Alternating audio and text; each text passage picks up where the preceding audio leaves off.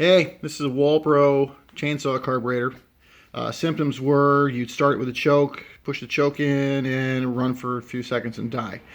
That is typically this. It's the fuel pump side is not working. Okay.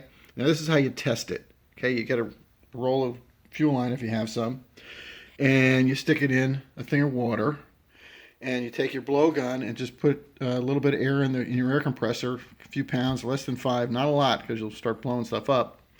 And but 2.5 pounds is what you want. You don't need that fancy tester that's $100 because it really doesn't do jack for you. You want to know where it's leaking. Okay. The only way you find out where it's leaking is by putting it in water. Okay. So you hook it up like this, throw it in here. This one was leaking just where I thought it was going to be. This gasket right around here. Okay, so I went and dug through and I found an old diaphragm that goes on there, and this one on this piece of wood, it's this new one. This thing was leaking, so I took that out and I put the old one back in, which is rubber, which I think is better. So don't buy that fiber thing. Ooh, look at that nasty thumb. So it's a rubber thing. Put it back together, tighten that screw. There's a washer that goes under that screw that's got to be there. And you put it on the fuel line, no leaks. You can put it on here and check.